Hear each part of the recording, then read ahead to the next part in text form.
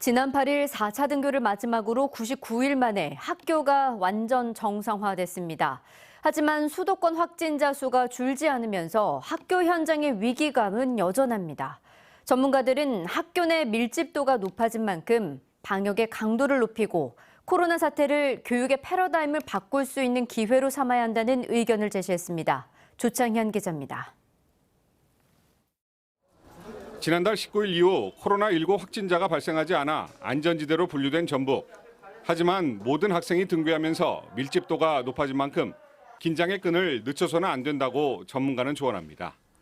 아무리 주의해도 지나치지 않은 게 학교라는 공간이기 때문에 최대한 마지막 순간까지 우리가 종식되는 순간까지 최대한 위생에 신경 쓰시고 방역에 이제 신경을 써서 이제 끝까지 협조하는 모습으로 이제 대규모 감염이 발생하지 않게 해야 될 것 같습니다. 현재 학교 내 방역과 교육 과정은 학교장 재량으로 운영되고 있습니다.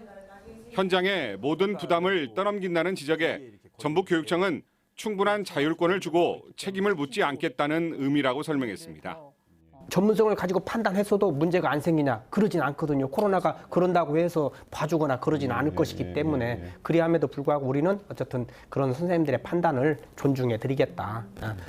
교육청이 책임을 물을 것을 염려해서 너무 이렇게 위축되지 않았으면 좋겠다라는 그런 의미입니다. 코로나 사태로 중고교는 물론 대학도 정상적인 교육 과정이 이루어지지 못했습니다. 따라서 올해 대학 입시에는 재수생은 물론 반수생이 대거 몰릴 것으로 예상됩니다. 2달 넘게 등교하지 못한 고3 수험생의 부담은 그만큼 더 커지게 됐습니다. 또 공교육이 장기간 제대로 역할을 못해 사교육을 통한 부익부 빈익빈이 심화될 것이라는 우려도 제기됐습니다.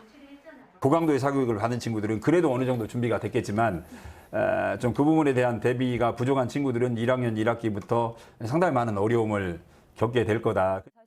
학부모들은 학교 현장의 위기감이 여전한 만큼 등교 선택제 같은 대안도 검토해보자고 제안했습니다. 등교 수업을 할지 온라인 수업을 할지 이런 거에 대해서 학생과 학부모한테 등교 선택제가 좀 주어진다면 좀 그 불안이 조금은 덜어지지 않을까 싶어요. 내일 방송되는 시사진단에서는 등교가 마무리된 상황에서 순차 등교에 대한 각계의 생각은 어떤지, 학교 내 방역과 교육과정 운영에 대한 어려움은 무엇인지 현장의 목소리를 들어봤습니다. JTB 뉴스 조창현입니다.